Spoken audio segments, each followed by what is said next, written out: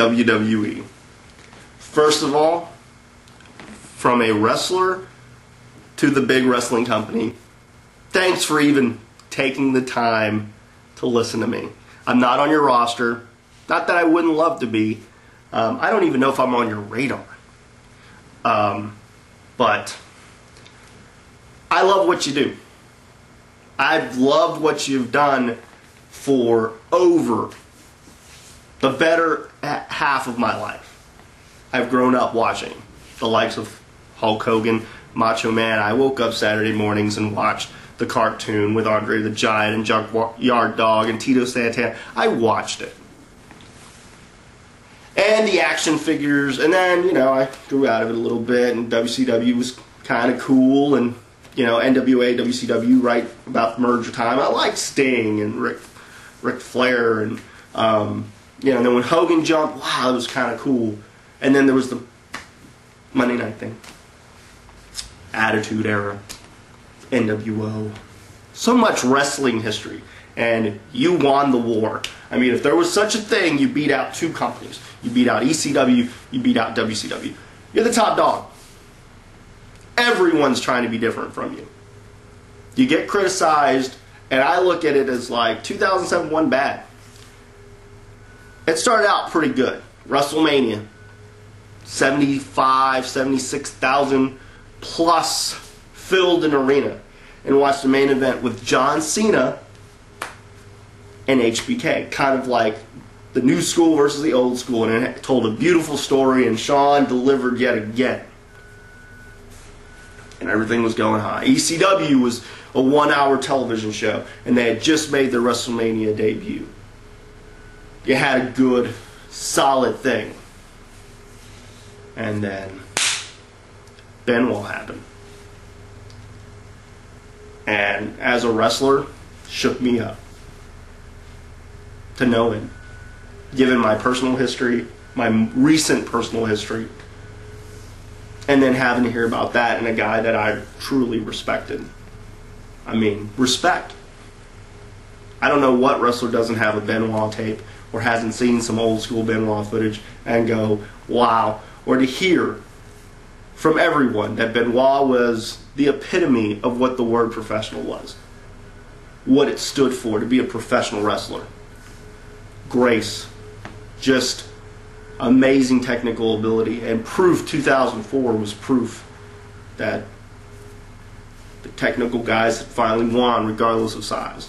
He was that guy with Eddie Guerrero. But it happened.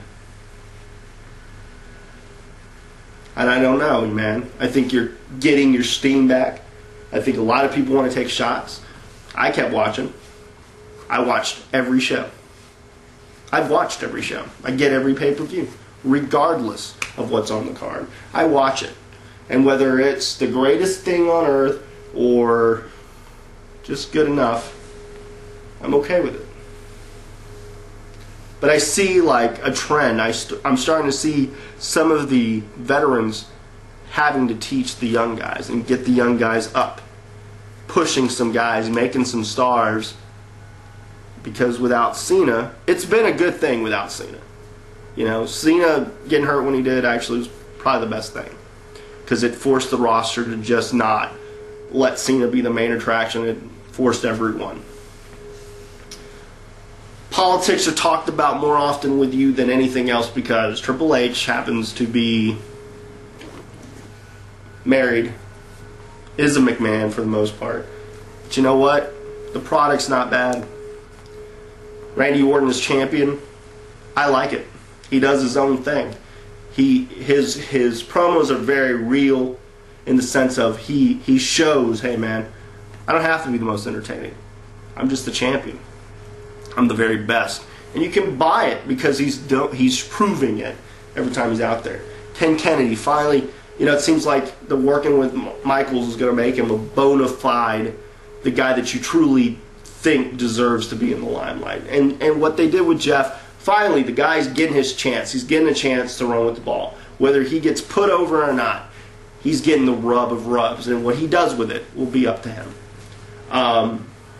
You celebrate 15 years of Raw, Monday nights. And you ain't going anywhere.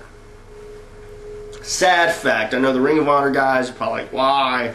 And why does John Cena have to be Wrestler of the Year? Well, guys, he probably made the most money, or you know what? He was just the most entertaining, or whatever have you. The guy's not as horrible as people want to put out there. The guy's probably one of the hardest working guys in an industry of hard working guys. He made the most with his gimmick. He got the most out of it.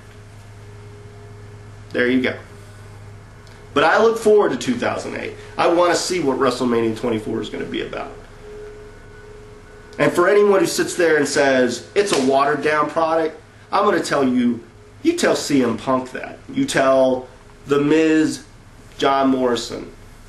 You tell those guys that. You tell all the cruiserweights that. You tell the divas that are trying to learn. You know, it's learning on the job, man. You go from developmental usually to right on TV, if you're lucky. You know. I'd love to be on that roster. Because that's, when you say, yeah, I work for WWE, people know what you're talking about. They know someone from it. So, there you have it. The last of my reviews. Hope everyone enjoyed it. And get ready, because the next vid is equally important. It's going to be the YouTube New Year's Challenge. So be ready. Videos will come out shortly. Again, thanks everybody for watching this series. I appreciate it. As always, the Lucha Lounge is open to everyone, anytime. Alright, so stay cool, stay sexy, stay classy. But wait a minute, you're already in the Lucha Lounge. Later.